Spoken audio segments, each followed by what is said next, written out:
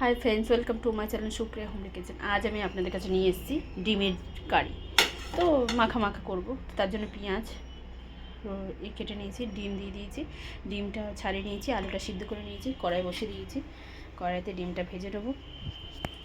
তার জন্য আমি তেল দিয়ে দেবো বন্ধুরা কড়াইতে। আচ্ছা, আগে আমি দুটো কাঁচা ডিমের নিয়ে পোচ করে নেবো। আমার মেয়ে আবার পোচ খেতে ভালোবাসে, পোচ করে নেবো। পোচ করে তুলছি। তো বন্ধুরা দেখুন, পোচগুলো হয়ে গেছে। এবার আমি তেল দিয়ে দেবো, তেল দিয়ে দেবো, দিয়ে পেঁয়াজটা দিয়ে দেবো।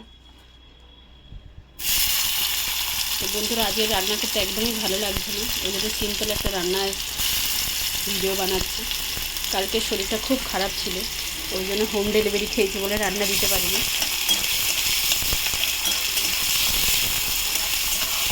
পেঁয়াজটা ভাজা ভাজা করেছি।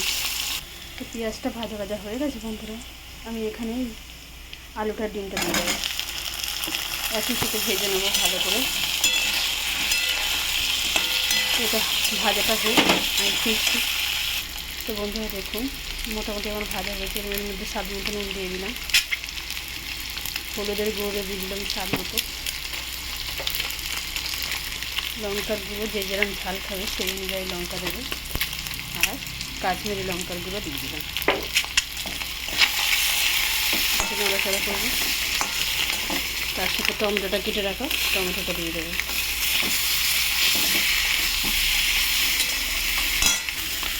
সামান্য পরিমাণে একটু জল দেবো,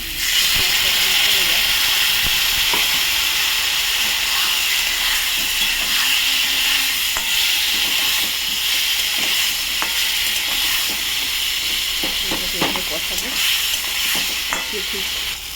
দেখুন বন্ধুরা, মশলাটা আমার কষা হয়ে গেছে, মাখা হয়ে গেছে, একদম মাখো মাখো করবো। দিয়ে আলুটা একটু সিদ্ধ হতে বাকি আছে বলে আমাকে একটু জল ঢেলে দিতে হবে, মাখা মাখা করবো না হলে। এবার জল ঢেলে দেবো, জল ঢেলে দিলাম। এই দুটো পোচ করা ডিমও দিয়ে দিলাম, এর সাথে সাথে ফুটে যাবে। পরে ফিরছি, ফুটুক বন্ধুরা। তো বন্ধুরা ঢাকনাটা খুললাম, দেখুন আর একটু ঝোলটা হবে।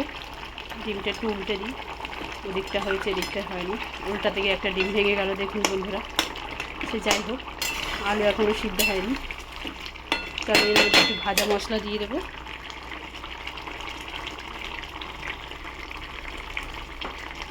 দিয়ে নেড়ে চেড়ে আবারও 5 মিনিটের জন্য ঢাকা দেবো। তো বন্ধুরা দেখুন, আমার রান্নাটা কমপ্লিট হয়ে গেছে। দেখলেন বন্ধুরা, বিনা আদা রসুনে, বিনা বেশি মশলায় আমি রান্নাটা করলাম। তো আপনারা ট্রাই করবেন, ট্রাই করে কমেন্ট করে আমাকে জানাবেন আমার রান্নাটা কেমন হয়েছে। আর আমার চ্যানেলটা লাইক অ্যান্ড সাবস্ক্রাইব করবেন। Thank you for watching, bye by.